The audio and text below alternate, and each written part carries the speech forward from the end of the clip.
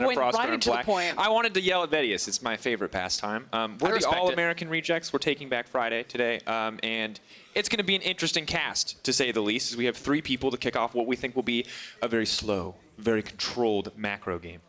I mean, we say that, but Splyce have consistently been a very early game focused team, in part because of their jungler in Xerxe, where I think it is agreed that their laners like to scale, they like to sit back a little bit, but Splyce are very proactive in jungle. Yeah, I mean, Xerxe is one of the most active early game junglers in the current meta, and I mean, Vedius was sort of alluding to the Rek'Sai pick that got a pretty substantial buff on that last patch, so maybe Xerxe is going to pull out one of those new picks with the Rek'Sai. And this is a question that I have. So we get to see what team picked the side selection. Origen opted in to take blue side, and they were only one of 2 teams out of the entire teams today that wanted to do that. And a question that we had as we were preparing for 9.4, how important is Rek'Sai? Because in Challenger ELO, she has shot up like, what, 5% Ender? Yeah, it's about 3.5 to 4% on the Rek'Sai. She's been running the new Conqueror as well, which has worked very well for that champion. Of course, those are games where you have to snowball really quickly with this new pick. So Splyce, a team not necessarily known for doing that, I'm actually unsure if the Rek'Sai is even going to be in their wheelhouse. And I also had questions about the Karthus pick. So this guy on your screen right now, Xerxe, he's one of the OG of the Karthus junglers, and since the nerfs that Karthus has seen on his Q,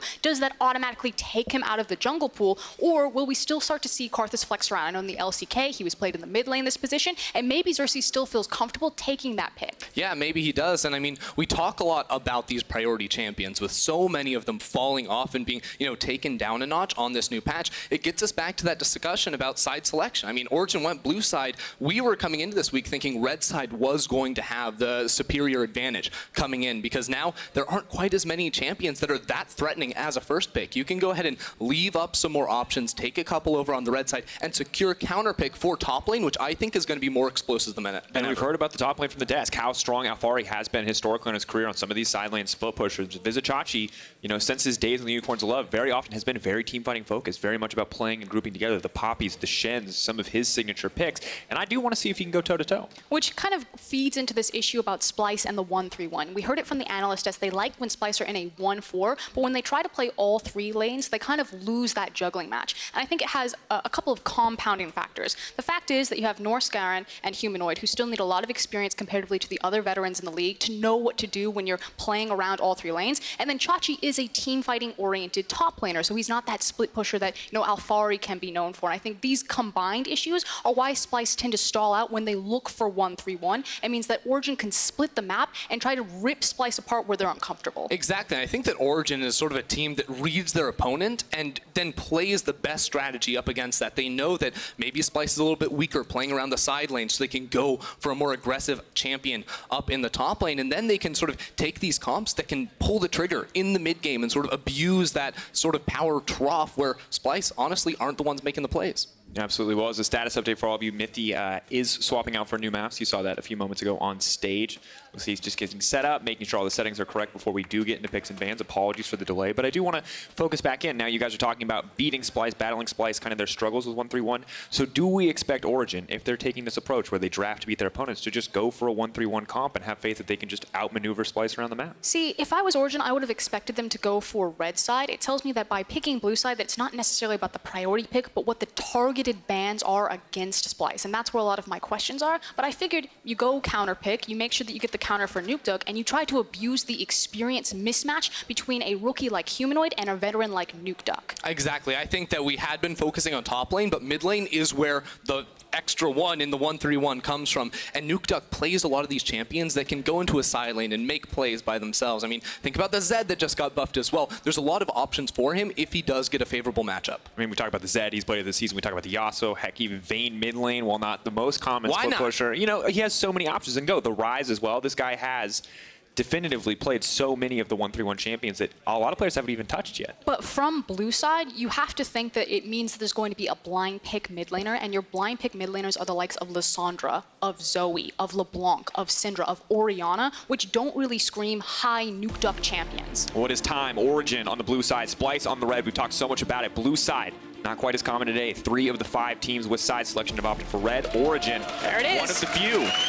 About for blue side, LeBlanc ban, Karthus ban, Vladimir going to follow as we get further into the big ban. Already seeing with some nerfs, the Karthus still ban-worthy up against the likes of Xerxe, and I think both me and Frosk are looking at what does Origen look for in their first pick, because already red side looks so vastly different in what's being taken away. I do want to hone in on that Vladimir ban. So the thing is we felt that Vladimir would start to climb back into the meta simply because now that Urgot's been pushed out, he was kind of on the fringe of being relevant. He comes back more, but more importantly, he's kind of the counter pick in the LEC to the Yasuo.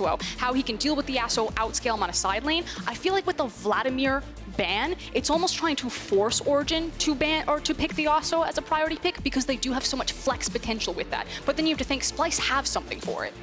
Jade's, of course, the final ban, which means the Yasuo is wide open. Still a flex pick. Still think this powerful, is a trap. despite a lot of the nerfs that came through. But the first pick, Sylas. No ultimates have come through on the enemy team. But already they have the confidence first pick it here. Ender, when you talked about Sylas last week, you said this, that you do not want to do this. You do not want to first pick it. But the good news for him is that Ezreal, pretty powerful for Sylas, not an ideal situation. But the Nocturne ult is incredible on this champion. Yeah, especially if you can just pick that up and look for a roam. I think that what we've seen a lot of is the top lane Sylas, which hasn't been too inspiring. I mean, Xerxe played in the jungle last week, but I want to see if maybe Nukeduck takes it into the mid lane. Origen can sort of wait and not pick away some of these, top side of the map champions. Hold on to that, counter pick at last. Figure out where they want to put the Sylas, because right now I'm honestly just not sold. Thresh going to come out as well as the Sivir. This is an interesting choice. Now, of course, simple analysis is, hey, Sivir's really good in the late game, but I want to know your opinions on this so far. Froskurinn, you play a lot of bot lane, Sivir versus Ezreal. What are you thinking? I think the mentality is always to have a late game insurance policy when you're facing across from Splyce, because they do like to go to that 30-35 minute window. So anywhere in your composition, you needed to have a, quote, hyper-scaling ADC. There are other champions that fit into that. I think that was just the idea here. And honestly, going back to this Sylas pick, I think it's really interesting because one of the best ultimates that Sylas can get is sort of this global teleport. And right now, Splyce have picked two of them themselves, right? You can put this guy into a side lane because Nocturne, you can use that to go gank somewhere. Ryze, you can use to reposition around the map. So while he's not set up to have a super solid team fight, I don't think, this does give Origen the ability to play the 1-3-1. To match a lot of the 1-3-1 that Splyce are threatening to throw down with the Nocturne, with the Ryze, these champions to support it. The Galio going to be taken off the board, of course, with very high priority support in the LCK. Lissandra as well, despite receiving some small nerfs across these last patches, still just an incredible champion. See, I actually would have preferred taking the Galio over the Ryze in that last rotation because I think it fits better with Splyce's combination. It gives a follow-up buddy with Nocturne when they decide to dive that backline. And because you had access to Lissandra, Ryze, and Zoe still as free blind pickable champions, I'm really curious why they prioritize the Ryze so heavily, and if Humanoid's going to have a performance that matches that priority for the champion. Yeah, I mean, it's got to be just about getting this before it gets banned in the next rotation. Now, we sort of expect Splyce to go ahead and pick up a support as their fourth pick and hold counter pick for top lane. We talk about these Conqueror champions that can use this in the top lane. Well, guess what? Conqueror means a lot of bruisers, a lot of fighters that have super explosive matchups, and if you can guarantee counter pick for yourself, it sets your team up for success. The caveat here is that could still be a Ryze top. True. We're under the assumption that it's mid lane. And interesting, as we get further into the pick and ban, we're going to see the final rotation here from Origen. Will let us know where the solo laners are going, as well as what their jungle pick is going to be. But 1-3-1 full committal seems to be the story here from the side of Splyce. We have the Ryze with the map mobility, the Tahm, Kench, the Nocturne as well.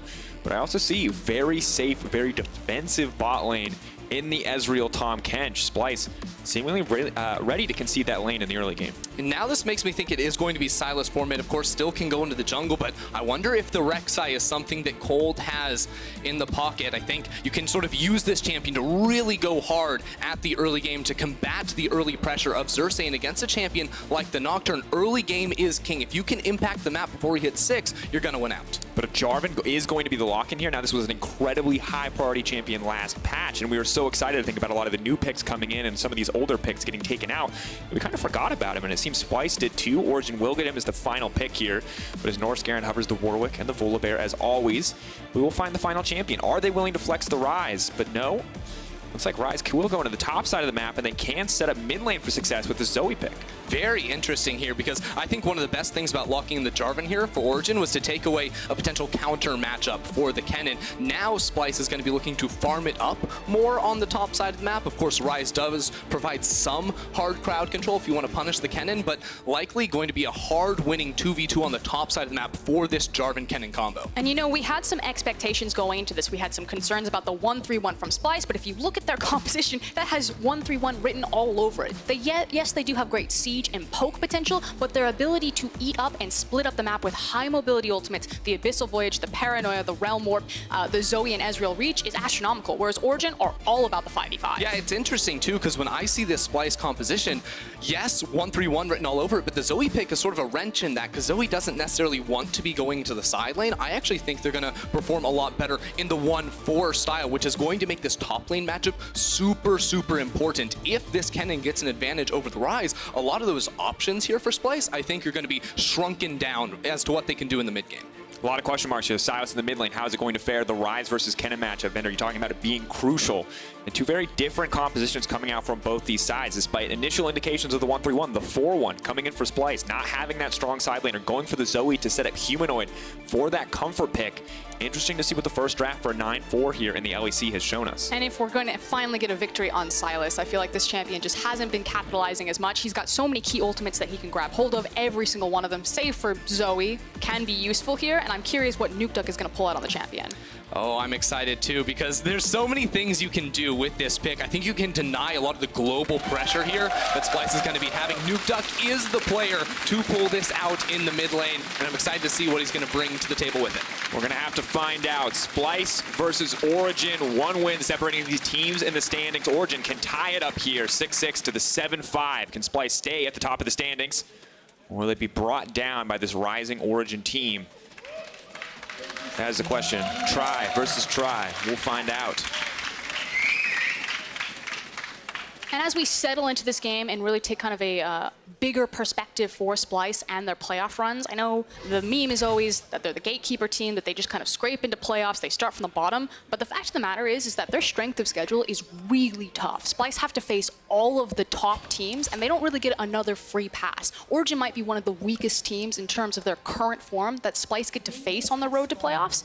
And so this win can be important to make up for the fact that Splyce are just kind of sitting on that 2-game buffer to keep them out of harm's way. But if they keep stalling out and slumping, they could be in trouble of falling out of playoffs. I think it's a good time to play against this Origen team that just went 0-2 last week. Of course, it is not try versus try in this game. These guys do have some wins on the board, also some losses. Hopefully we'll get that sorted out fairly soon. It's also worth pointing out that while we are talking about sort of the strength schedule of these teams and what's been going on in the last few weeks, Ezreal got a bag of gold at level 1. He sniped out Patrik in the tri-brush, so he's going to walk in a lane with 2 health potions. Oh my god. This is the best feeling in Ezreal, because yeah. you always, if you're not afraid of dying level 1, you always walk into the enemy jungle to try to fish for a few of those procs on the Kleptomancy. Getting an extra pot could be big in an otherwise losing matchup. It's not just big, it is absolutely big, because the way that Ezreal gets priority over lane is when he has trade priority using the range of the Mystic Shot, and with the extra health pot, you can be emboldened to make a lot more of those aggressive trades early on. Yeah, you say emboldened, I see Ezreal and Tahm Kench, I'm like, yeah, maybe not too much fighting. Although honestly, Tahm Kench... It's just about the Mystic Shot, Ender. Yeah, you can just poke with that, but you can sort of see how this matchup plays out. I think we've seen a lot of Sivir picked into this Ezreal, and early on with the likes of the Thresh next to you, you can get that push advantage. We do need to talk about Thresh was tapped a little bit on this most recent patch. Definitely. He used to have the flexibility that he could put points in either the Flay or the Q. Now, we think that you just have to max the Q, otherwise it doesn't feel as good. Yeah, of course, the Q cooldown went from 16 seconds at level 1 to 20. So they get a pretty nice trade down here in the bottom lane. He's got that extra pot. And a mana potion as well. Nailed The it. little things. We're tracking a lot of Kleptomancy procs. Of course, we've all been playing a lot of bot lane games recently, so you can maybe understand the focus as Kleptomancy sometimes single-handedly decides lane, but it doesn't look like it's going to decide this one at this point. Hard for Ezreal to land those Mystic Shots in midst of this creep wave. As we check in elsewhere on the map, though, junglers on the top side, respectively. And once again, eyes have to go up to the top lane. How is this matchup going to unfold? Because for now, remaining even. Yeah, and I think it's definitely, in terms of pressure, going to be favored over towards Origen. If you actually look at the jungle matchup, because I think junglers really do have a heavy impact over how all of the lanes play, but specifically topside, Kold went for both Scuttle Crabs. He got some vision in the river for his top laner, and while he is now pathing down away from Alphari, it's definitely going to be the fact that if these two members go 2 versus 2 against Xerxe and Xerxe, it's significantly going to be towards the side of OG. Of course, Xerxe going to grab Krugs of his own, matching XP for now, at least, as we'll get a clear. Nukeduck getting a fight started. Kold not going to flash to extend there, but we'll force the flash out for Humanoid. As red buff ticks down, that's going to force the back. Now, no TP for the Zoe at this stage of the game. That means Humanoid is just going to be in dire straits here.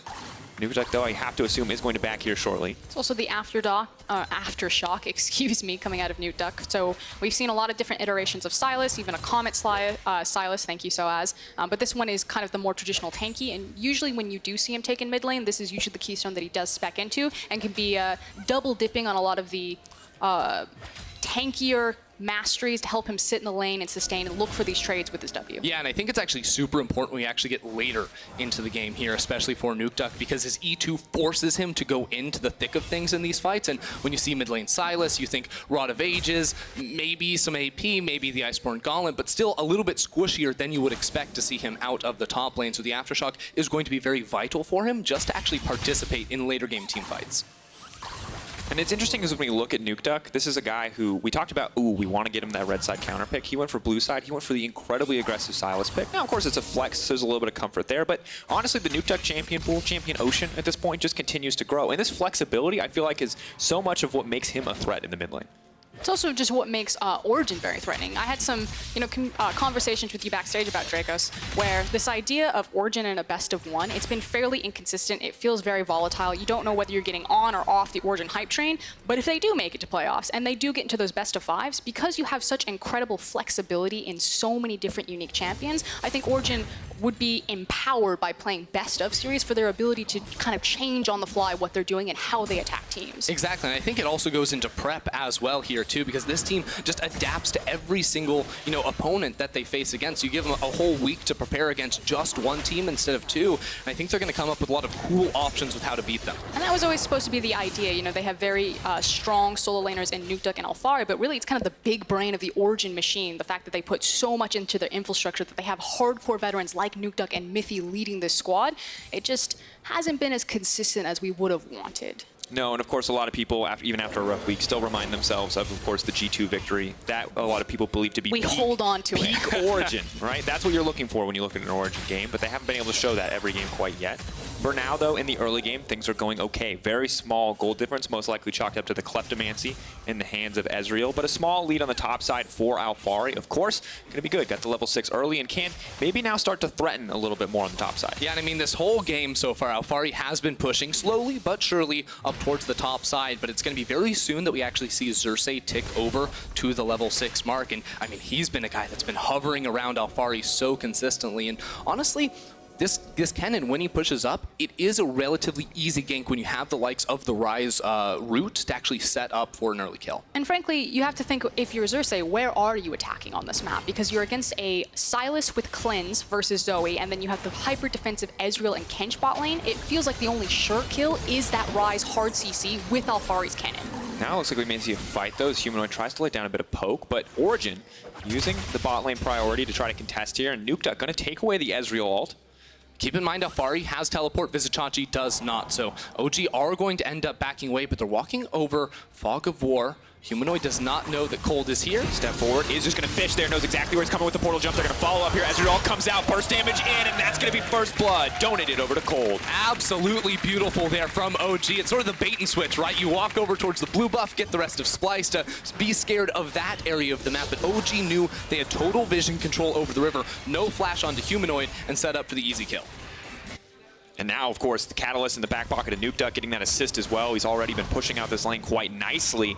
He's going to sit even more comfortably in the tankier build for the Sylas. It's going to make it a lot more difficult for Zoe. Humanoid gets this counter pick, gets in this comfortable spot, but now he's kind of on the back foot here. Has his minion dematerializer, a bucket of Dark Seals, but this lane is only going to get harder. A bucket of Dark Seals. 2 is what you need for a bucket, I've decided. The nice thing is that he is Zoe. He still has incredible range. Now that he's got more levels, he'll be able to kind of sit and wave clear with Sylas. He doesn't need to go toe-to-toe here. And with Nocturne and Tahm Kench, it actually does get more dangerous, however, for Origen to walk into this bot side river unless they have complete information over everything. Because you can instantly have all of this far reach and all of these champions tackle on top of you. And take one more look at this here. Of course, Nukeduck knows exactly where Humanoid is going to go back. Humanoid just wanted to get those last 2 minions, and the rest of OG did not want to give him any room to do so. They used a flash on Kold and a flash on Mithy, but for first blood, I'm going to say Worth. And once again, Mithy is not going back into a lane where he is incredibly pressured. A Nocturne will need to pay some attention here if they want to punish that use of the Summoner spell, and it's difficult at this stage of the game. I also think it's worth pointing out that this entire game, ever since Kold went for that early gank around mid lane, Nukeduck has just had pressure. He's been pushing in consistently. You can see him sort of use the E1 shield to approach the wave, get the AoE on the passive, use another E2, get the AoE, and then the wave's gone. Now what I want to sort of see as the next evolution here is actually grab something like the Nocturne ult and then use that to impact maybe a bot lane or a top lane dive. Do you want to draw everyone's attention to the mini-map? There was a ping up in the top side, a red ping. We talked about how Xerxe and Xerxe want to use the hard CC, while Nocturne is pathed up towards top side, which Origen had full control of because they had wards on the bottom side, knew that he wouldn't be bottom side, take the free Infernal. Yeah, and what the call is there too is Xerxe finally stepping up pretty aggressively, trying to get some chunk into Alphari, not going to be super successful in the end, but keep an eye on Vizicsacsi. He can go for the flash route and follow up with the Paranoia, but Xerxe might honestly just want to sneak into the brush here. And Alphari playing with a lot of respect right now, holding onto the Shuriken in case he needs to get the empowered auto, the free stun combo, of course, if Ryze wants to commit, but taking the backstep, knows that he doesn't have information where the jungler is, and I gotta be honest right now, normally we see Xerxe much more active than this. Some of it does feel like the Nocturne, but on the other hand, it just feels like OG are giving this Nocturne the right amount of respect. Yeah, I mean, I think it's actually really weird to play this game if you are Xerxe, because Alphari, the second that you sort of path topside to try and look for gank, he's playing back. He went for Merc treads too, so it's actually really hard to even lock him down with the multiple CCs coming through, and on top of that, you're against a Jarvan, so if there's ever a counter gank scenario, because they don't have the deep vision to spot Kold coming from a mile away, you're going to lose that fight. Yeah, I mean, look at the two ultis paired together, right? That's ultimately, Ryze does not have an ultimate. Circles are superior. Circles are superior. We've talked about this. AoE, that's what it's all about. And now we have OG with a very solid early game setup. Of course, only 300 gold difference. Not the end of the world whatsoever, but getting an Infernal on a team that scales so well into the late game is a pretty big deal. And now we're kind of waiting to see when these towers are going to start to break. Good news is, for OG as the scaling team, is that none of this tower plating has gone down, so it's not like Splyce are suddenly going to get a big influx of gold, and they sit pretty cozy in this early game. Yeah, Origen are just playing a hyper-controlled, very slow-paced game, although hold on. Here comes Mithy. Mithy. Both supports in the mid lane. Nukeduck could get too aggressive here, but pretty difficult to punish the Sylas at this point. And it just felt like the game plan. I'll hold it. Here we go. Here we go. They're trying to make their way out, but Xerxe's now all in the middle of nowhere. The flash out. Tahm Kench going to try to find the save. Huge committal coming in from Splyce. Getting a lot of summonal spells here, but no kills in the end. Yeah, and while this is all going on, Sivir is just free pushing in the bottom lane. Patrik with a 20 CS lead now, pushing down that turret, getting some plating, and forcing the teleport to come out of Vizicsacsi. So all things considered, OG are going to end up winning with only the flash as an expense. And what I was going to say is it felt like from minute zero, the fact that Kold pathed for both Scuttle Crabs, the name of the game was just to track Xerxe. Once he was on the Nocturne, they knew that his gank pathing would be slower, but they kept pushing forward, very aggressive vision, controlling both of the Scuttle Crabs, and they made sure that they always knew where he was going to be so they could play out the lane pressure appropriately. Yeah, and I think that's actually one of the biggest strengths of Kold. You see this player, and he's not always going for a ton of early game ganks, not shutting down any lane with like overkill, 2-3 ganks. What he does do is he stops the playmaking ability of his opposition. I mean, you remember what, when they played against G2 and Jankos was going topside, Kold read that and said, you know what, I'll go bottom lane, build up an even bigger advantage. This is a smart pathing jungler that will know all of these matchups and be able to abuse those tendencies of his opposition. And now the question is, when Splyce don't get kind of that springboard early game that they're used to getting because Xerxe has been stalled out, do they actually get to that 35-minute mark where they can make those clutch team fights? Well, we kind of saw what happens when they don't get the early game. It looks like they tried to force on the top side. And sadly, because it doesn't work out, it feels like they burned so many of their resources. That first Nocturne ult having no effect is brutal when really, if you get 1 or 2 kills, this game can start to snowball out of control with a powerful pick like the Nocturne in the jungle. Absolutely can. Now OG with priority in top lane. They know Tahm Kench just went back to base and Nukeduck was pushing mid as well, so they're going to start up the Herald one more time. They want to take this before the 14-minute mark so they can place it very, very quickly and maybe use that to get some turret plating. It's a super safe call because, again, the TP discrepancy is there. Vizicsacsi doesn't have teleport, Kennen does, so they feel super comfortable going for this, maybe a steal, Ezreal, knowing that they could have all of their members stacked on top of it if needed. And here's the thing, Kold is going to use that to get a quick base out, and Origen can use that either for the turret plating, as I mentioned, or just to try and break one of these towers down once the plating does end up falling. But they're in a really good position, right, where Kold was able to solo out the Infernal Drake earlier on. They pick up the Rift Herald before the second dragon of the game spawns, so they can now play more towards this next objective, look for some towers, and use that to try to get a gold advantage. Because honestly, while we have been, favoring what OG been doing so far this game, it is Splyce with a 400 gold lead.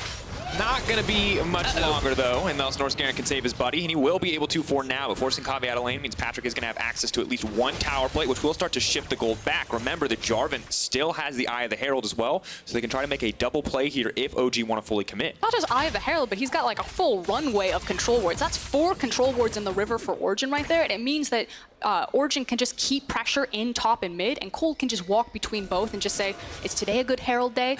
Is this a good Herald place? All of the options are there for Origen. Is it going to be a good red buff day? Is the other question. Of course, has the Blast Cone as well as the Flag and Drag. Looks like they will be able to go for this one. Is he going to try to follow up? The red buff not taken down. Xerxe, the prey in his sight, is Nukeduck's going to grab that one in the end. Stun not going to connect there on the Abduct. And now OG are going to back off, but they have total control of this topside jungle. Humanoid going to fish for a little bit of poke, but Lantern grab just in time to deny any follow-up. Solid play there from Kold, but honestly, I feel like I see this play way too much, where you're one of these junglers in pro play, you see the enemy on your buff, you're like, I can outsmite them. I'm going to stick around and I'm going to make this happen. Well, Xerxe doesn't end up getting the buff, and he ended up having to burn his flash as well, so it's going to be much harder for him to step forward in the coming minutes when there were other options, right? You know, Splyce could have gone towards the bottom side of the map, tried to, you know, steal away this red buff and use the Kobbe TP to trade towers on the bottom side instead.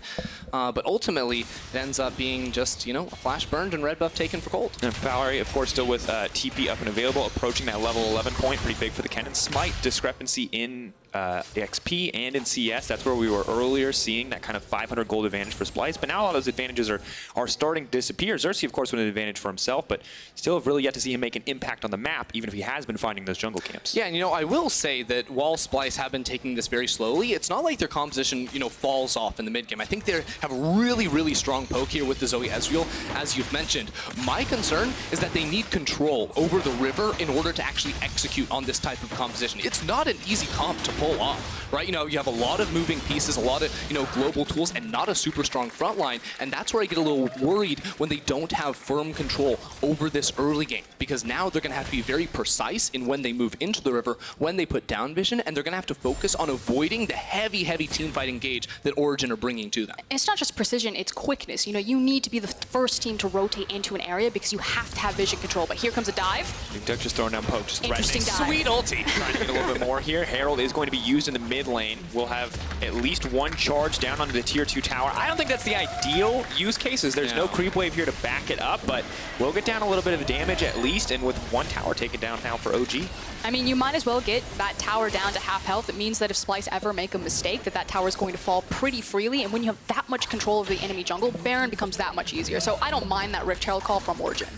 And now Humanoid does take the top lane tower as well, so Rift Herald does work out, does get a bit of damage down. The important thing to note is that top tower and bottom tower for Splyce are both incredibly low. Sivir has had so much time to free hit these towers over the course of the game that one good play going in the favor of Origen could just blow this gold lead wide open. Right now, very close. Splyce with a small gold advantage, most likely balanced out by the difference in Drakes here, but Origen kind of posed to get themselves a 2K gold lead very quickly if they can get that bot lane and top lane tower. Yeah, they're looking for the towers, they're looking for a fight as well. That being said, Splyce sitting pretty comfortable. I think they actually used some of that time there after the reset came from Origen's side to put down some vision on the top side of the map, gain a little bit of control over the river, and put Kobbe and Norskeren in mid. Because when you have Ezreal, when you have Tahm Kench, what you want to be doing is using those mystic shots to clear the wave and then threaten the ability to collapse on a side lane. While it's not ideal to have Zoe up top lane, it is the best overall situation. No flash on Xerxe. Immediately going to go in. The follow-up is there, but no. Raptor going to block the hook. Not enough as Patrik behind him still. Going to grab the kill in the end. And Origen just finding these picks left and right. Just a questionable call. You know, Xerxe didn't have the information to walk into his jungle like that. And I was about to give Splyce some credit. You know, Xerxe is almost level 11. He'll have 2 points in the ultimate. And now that the map gets opened up, it's more important about that paranoia. You know, maybe Origen will overreach and he'll be able to punish them. But walking blind into your jungle and dying like that, obviously not the right foot to start out. Yeah, and I mean, it's just sort of this thing, right, where Splyce, you know, it's hard to pull off this type of competition. OG can just say, hey, we're going to EQ in with the Jarvan, drop down the ultimate, and you're in a lot of trouble as they now do access the gold in that top lane turret. Are going to try to extend this advantage just a little bit. And I think the most impressive thing for Origen is their ability to play around vision and surprise these members of Splyce. And you know, we talked about how Sylas needs so many key ultimates as kind of like that last X factor for him to just be a WoW champion for us. But I actually think Nukeduck can just play on a side lane at this point and no one can stop him. You're going to have to bring multiple members to deny him because Humanoid is just suffering in the 1v1 matchup.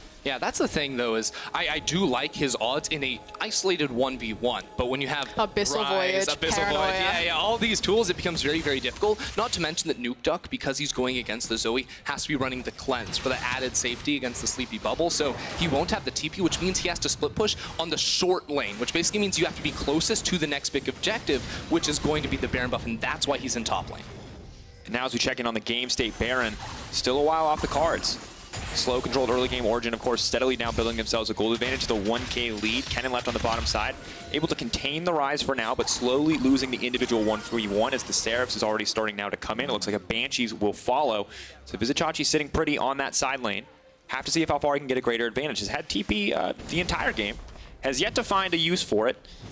And Vizicsacsi steadily building a lead. No, that was Alphari just really respecting the fact that Splyce had moved all of their members into the bottom side. He knew that there was a possibility that they look for the gank. And again, this still feels like the Nukeduck show. Alphari's fine to step off the tower, to give it away, lose some farm there, because no one can stop Nukeduck over here isolated. Yeah, and I think we're just seeing really nice coordination from OG, because prior to now Patrik and Mithy moving down towards the bottom side of the map, they'd actually focused all their efforts up top lane around Nukeduck and making it all about him, but also just making sure that Splyce are going to have a really hard time stepping forward inside of their own jungle even to procure vision. One of my biggest callouts when I look at team compositions that don't have a true tank frontline is that actually putting down wards becomes really, really hard. Who's going to face check? It has to be Norskeren, but if he loses his flash, it becomes very easy for OG to just pull the trigger on the engage and punish him for walking forward to place down wards. Now it looks like OG are going to try to find their way into the jungle that is unwarded. Vizicsacsi playing very far back, trying to play safe.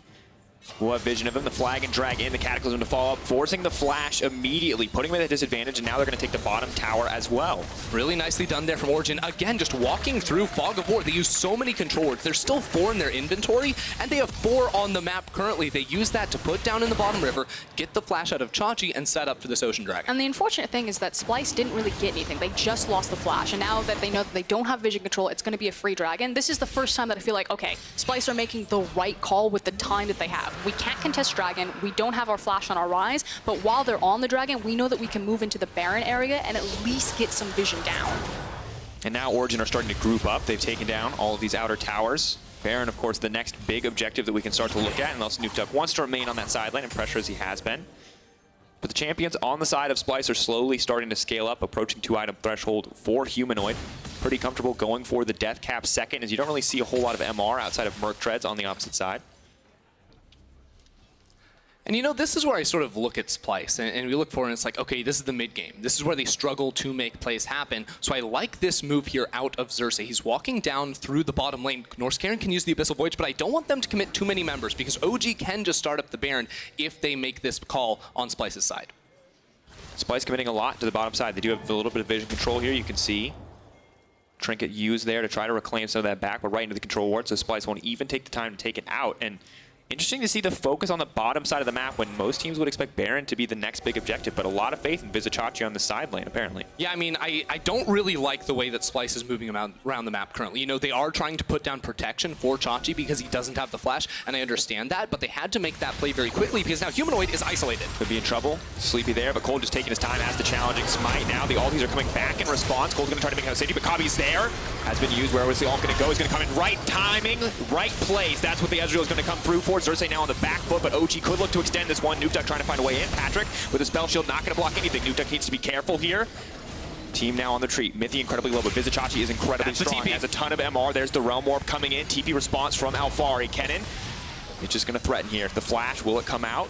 Is he going to try to commit? Is he going to try to get anything else here? Nukeduck now going forward. Is going to miss on the stun, and Kobbe's just raining hell from the other side of the wall. Goes over with the Arcane Shift to get a bit more, but OG going to have to back off. It felt like one of the biggest problems is that Humanoid couldn't push as far forward as Vizicsacsi would. So he had to wait until the tower was, or the creep wave was pushed into him. You see that Origen tried to capitalize that, look for the dive, but Xerxe was finally in the right place at the right time, using the Abyssal Voyage as well as the Paranoia to at least trade back there. Yeah, and I mean, we watch this one more time. I think it's a really good setup here from the side of Origen. And after they get this kill on Humanoid, notice how Kold saves his ultimate to get the last hit here. It gets a little bit messy. There's a lot of stopwatches going down, but notice this. Xerxe comes in straight onto Nukeduck, has to use his stopwatch as well. The fight looks very ugly because Splyce have to play on a knife's edge. They don't have a traditional front line, so it has to be very, very slow, and they have to pick their targets so precisely.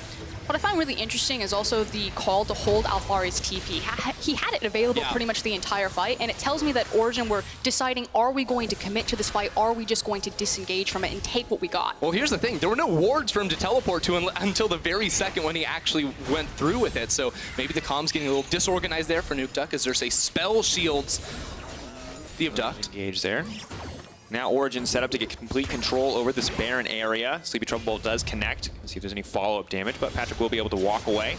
Has the spell shield. And OG just going to start this one. Splyce are going to need to contest. Of course, Alphari's ultimate and Flash are up and available. He can delay them getting into the pit, but they have to play this one smart. Again, it's so hard to walk in here and put down vision. Alphari is just on zoning 2D for the moment. He dodges away from the bubble. That is key, and Xerxe has still not arrived at Kold, and the rest of OG will not stay on the objective.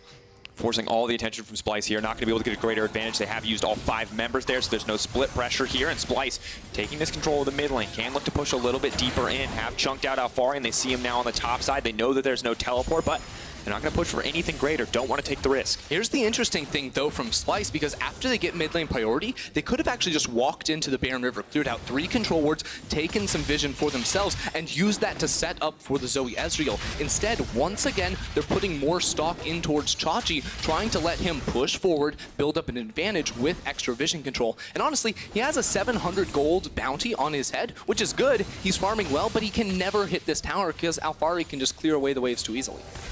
But of course, it is starting to balance out the gold difference. 3 dragons on the side of OG, but Splyce are not letting them get a greater gold lead. And you can see individually, Chachi with a mass advantage. And we're going to have to see if it counts for anything more, but he has now been caught out. The whole team is here to collapse. There's almost no way for Ryze to get out of this one. Hooked up, taken down. Paranoia going to go put onto the top side. Nukeduck now next on the menu. Have to play this one smart. The cleanse now comes out. He's going to try to heal back up. Going to pan away. We don't want to see it. He dies right there in the face of 4. But ultimately, just the side laners die. You do see Splyce now kind of cheating down towards the Baron. I think it's just to clear out the vision, because while it took so much time to kill Nukeduck, it meant that Origen could get back in position from the bottom side of the map, reset neutral position in mid, and say, if you start the Baron, we can contest you. Yeah, I mean, this game is just getting really, really interesting right now because neither team, I feel like, is really confident in actually playing the next, 5 minutes of this game. I think Origen can just look to press the Sivir R, go for these heavy, heavy engagements onto some, relatively low mobility members on the side of Splyce, but they're going to use this chance to get one more look at Chachi getting caught, because again, OG walk over no wards on their entry towards bot lane.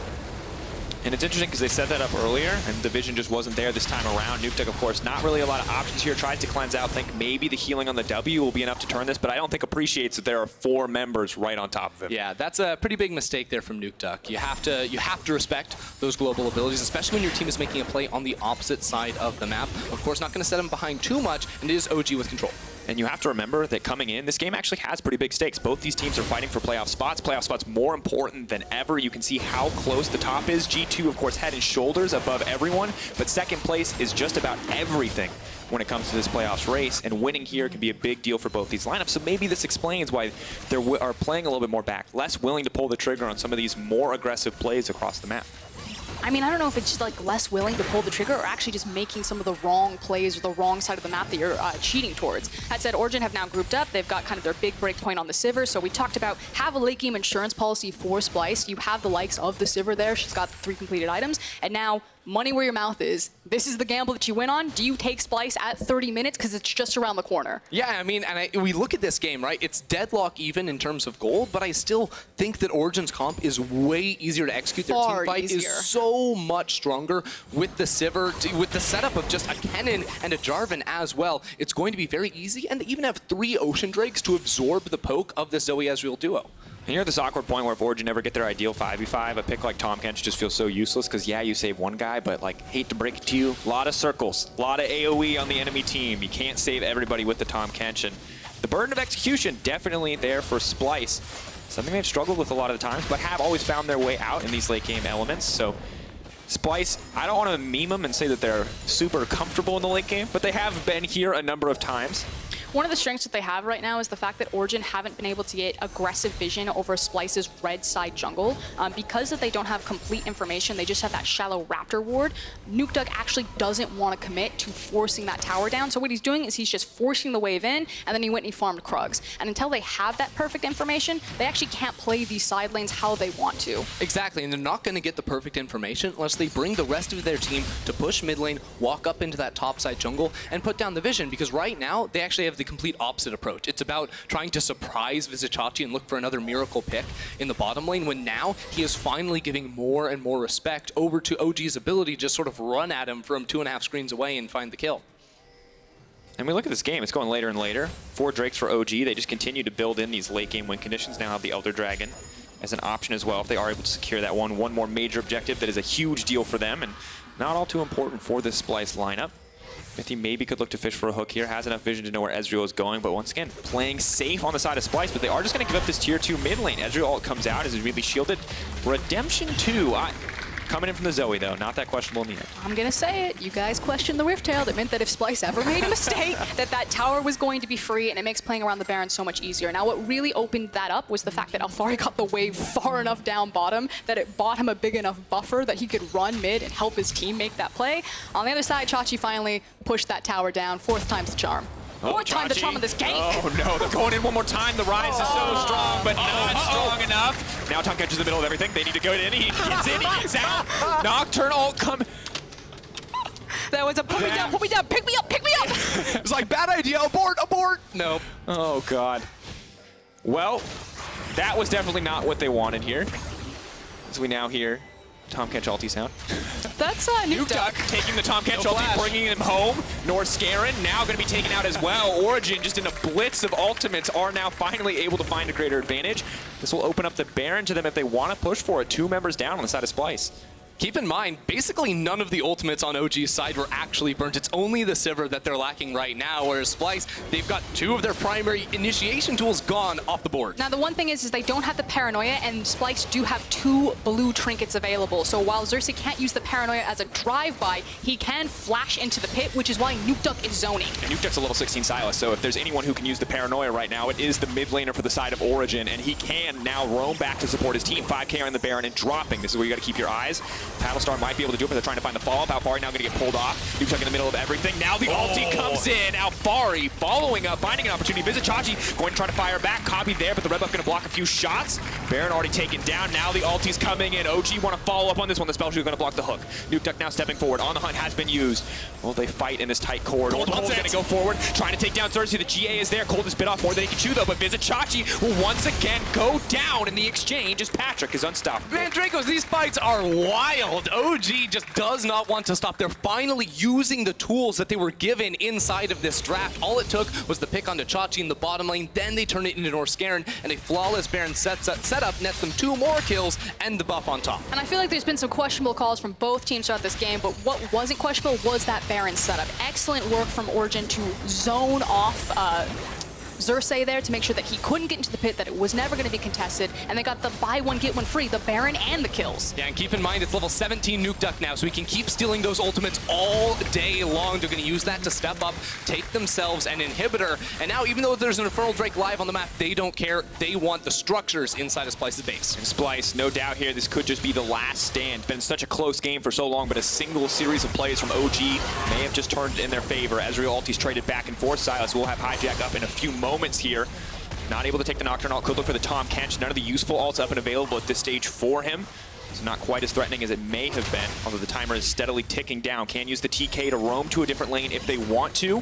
CB Truck Bubble won't connect, and Origen just going to continue to pressure here, going to continue to poke at this inhib, have the safety of the Thresh Lantern to make it out as Patrik will go for one more cheeky auto. And right now you have Nukeduck and Kold escorting the minions in the mid lane. They're going to wait for the next wave. That should buy them pressure here to take down this inhibitor. Ulti coming out. Xerxe just brought back into the enemy team, and Patrik's just going to walk away. The Nocturne not able to make an impact. Splyce definitely want to save this one. Norskeren stepping forward, but the Jarvan just going to leap in right away. They're turning it around. Absolute obliteration. OG just destroying Splyce in that exchange. And it's just too easy at this point. Origen said they're not going to contest this in the lanes. We can have all the late game insurance policy, and then they just run it down Splyce's throat. Too good.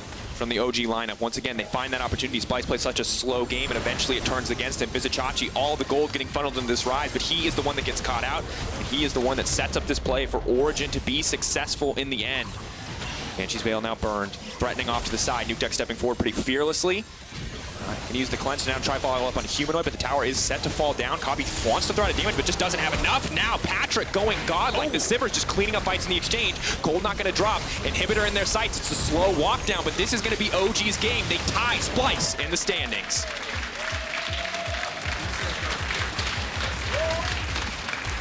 You know, they took it slow, Drakos. Origen had so many tools, and finally, once they were able to execute on it, they pressed their buttons, they went ham. And it all came from a stellar control over the map. It was very methodical coming through from Origen. And for a team coming off an 0-2 week, this is a very strong step in the right direction. And on the other side, Splyce just look all out of sorts when they don't get that early game advantage that Xerxe has been able to pick up for them pretty much consistently every single time. We know that they stall in the mid game, but normally they have that clutch factor in the late game to pull it through. But this time around, they didn't have that early game gold buffer to help them get over that line. I'm also just a little confused as to what Splyce wanted to do with the draft. Like, we understood, we talk about it, but it feels like, yes, you have a clear game plan, but it doesn't feel like a team plan or a game plan that goes hand in hand with what your team wants to do. It's not a pre-6 active jungler. It is not an aggressive playmaker for a guy like Norskeren, and it does leave me a little wondering. I mean, when you do execute on a composition like that, it's just beautiful League of Legends to watch. It is much harder than what Origen assembled here. So, you know, maybe have another run out of that. If this is a best of 3, you probably have a different looking draft. That said, when you don't use Abyssal Voyage offensively, when you don't use the Paranoia offensively, everything is reactively, obviously you're going to have a bad time with Splyce's draft. And now for Splyce, a team that's starting to fall down in the standings, risking falling out of playoff contention as well. You can't have these sort of experimental drafts where you're not fully sure if you can actually execute on them. They need to come in with a strategy that is going to work for them. Otherwise, teams like Origen are going to be trying to bump them out. And the pressure only continues to go up for Splyce. They have G2 coming up next. SK, a surprise contender in the split. A similar story for Misfits, who have been rising as well. Fnatic, who have been rising as well. So the road does not get easier here for Splyce. But on the side of Origen, an excellent start in their playoffs run. Of course, not playoffs run, rather playoffs race, getting themselves going in this week. And Vitality, of course, going to be in a tough spot to hold on to sole possession of second place. I feel like it's going to be a neck-and-neck race by the end of this week. And I do have some questions, though. You know, Origen, some of their macro play has kind of come under fire recently. I think it wasn't the cleanest. In the end, they made good decisions. I thought the Baron setup was really well done. They recognized that, you know, when Patrik was ready, when Nukeduck was in position, how to fit together as a 5-man unit. But they kept committing to helping Alphari on that side lane instead of just pulling the trigger on the TP. So I still feel like there's some kinks to work out for Origen before they're back in, you know, G2 Origen form. Yeah, I mean, it's one of those interesting things, right, where they kept getting the kills, so technically it worked, it kind of but rewards it made the game really slow, right? Exactly. So I am looking forward to see how this team evolves as we continue that playoff race. It is going to be an interesting question. And to see, of course, Sylas getting a win. Very important. Ender, Missed it. So It was sorry. fun. I was very excited. First pick on blue side too, Ender. Your absolute worst nightmare, but it does work out, and it's good for Nukeduck because you look at the best Abyssal Voyage and the best use of Paranoia, and they were both from the Sylas. You could say that game. I'm telling you, the global teleports are sick for Sylas. You can make so many plays. It's a good setup, right? And a lot of those ults weren't amazing. The Ezreal ult was okay, but getting the Tahm Kench and having that Nocturne tool is really what set them up for success in those final picks.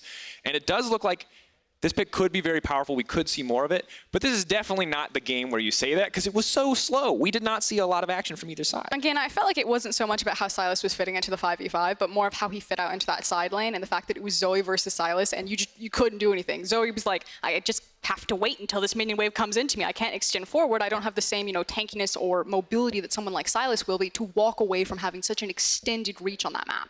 And that was sort of our thought coming into 9.4. Is 1-3-1 going to be stronger? Our first game says yes to an extent. Now the question is, how much will that continue to sort of adapt and evolve as we get through the rest of the day? Because I don't think we have a set, you know, decision on what side is better, what style of play is better, and we might get a clearer answer as we move on. That's a good question. I do like the Ryze coming in, though. This is a pick that we saw drop off in priority a little bit, but seems to be taking his place once again back in the meta. Came in, came out, but the Aftershock Ryze always looks good to me. Of course, who had the best performance? That is going to be the question we want to ask you, dear audience. Kold, Nukeduck, Patrik. Let us know. Head over to LEC Esports and vote for your key player of the game. I'm going to say Nukeduck. I'm going to say Nukeduck. I think the deciding factor was zoning off the Baron. He also had that sick flank to kill Tahm Kench once Norskeren had expended his flash. I say Nukeduck. Stole an ult from Ezreal to kill their mid laner with it. Always feels a little BM. Love that champion. But for more on that game, let's head over to Quickshot and friends at the analyst desk. Thank you very much. Yeah, That's they're not my friends. Gentlemen, analysts, picks and bans, first game on patch 9.4. Something that Amazing you were talking about coming into the day was that Sylas and Rek'Sai you felt were going to be very high priority. Yep. Didn't see the Rek'Sai, but we saw Sylas first pick. What else about the rest of the draft did you like or dislike? I mean, I liked what Origen was going for in the end because I think their game plan was kind of to outscale Splyce in teamfight scenarios. So basically, like, counter them with their own poison to a certain extent and just play a 4-1 comp that would work out for them in the long run. Whereas on the other side, Splyce tried to do something I've seen before and has never worked for them. It's trying to bring in 1-3-1 elements into a 1-4 team. You can't change the nature of your team unless you're really preparing them for the long run. And so far, they have looked unprepared in any kind of 1-3-1 scenario. You cannot run 2 mid-lane champions in Ezreal and Zoe, and then suddenly expect the Ryze to be able to go side lane with the Nocturne and Tahm.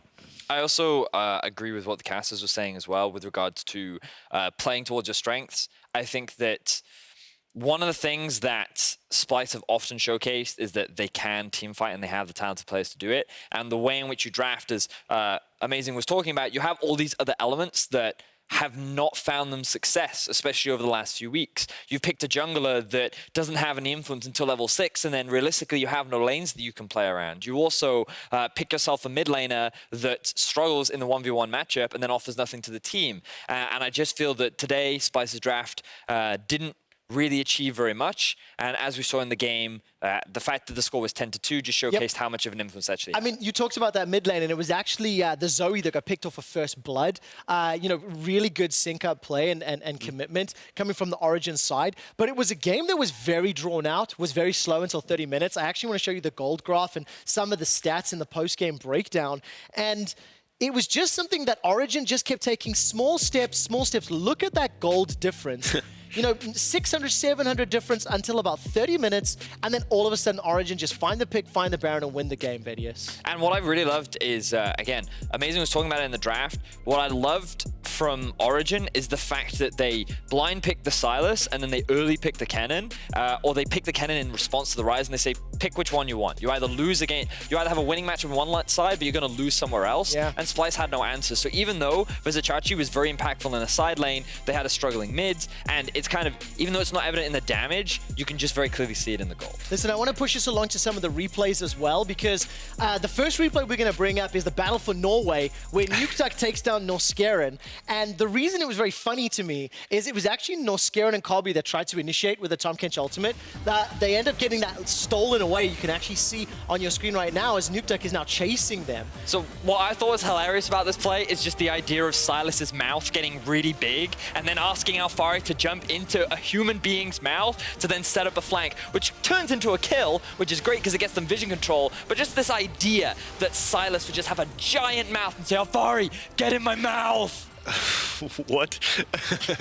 I actually don't know. That idea is just so funny to me. That's what's so cool about Sylas. All the ultis he can steal. This man is paid to analyze this game, all right? Spends hours and hours watching footage and learning professional League of Legends. And his analysis is, wow, Sylas opened his mouth and said, Alphari, jump in.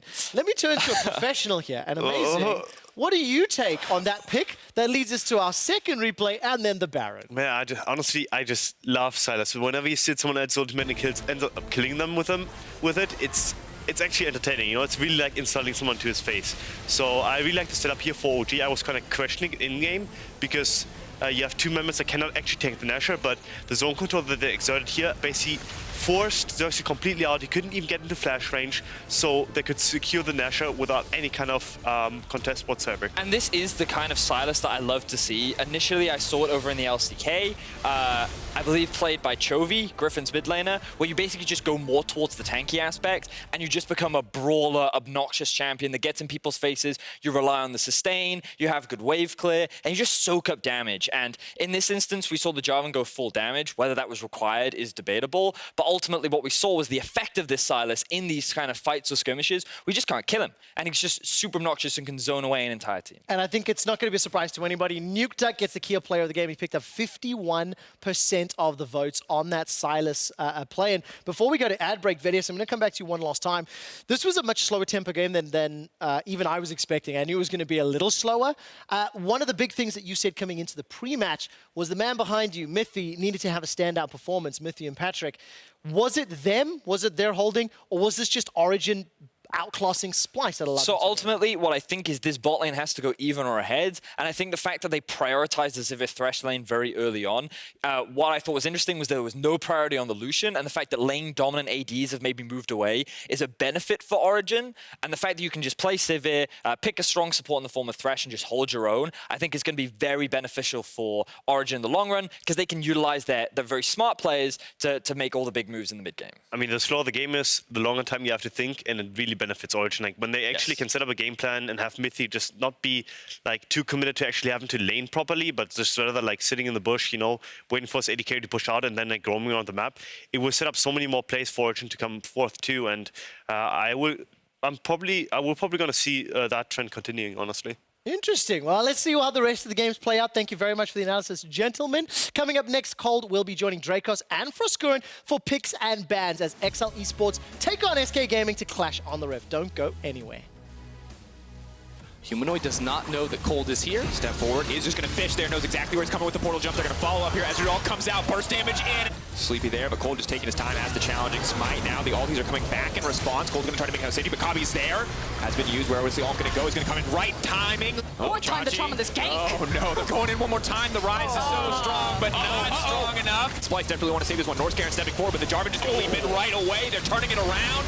Absolute obliteration. Inhibitor in their sights. It's a slow walk down, but this is going to be OG's game. They tie Splyce in the standings.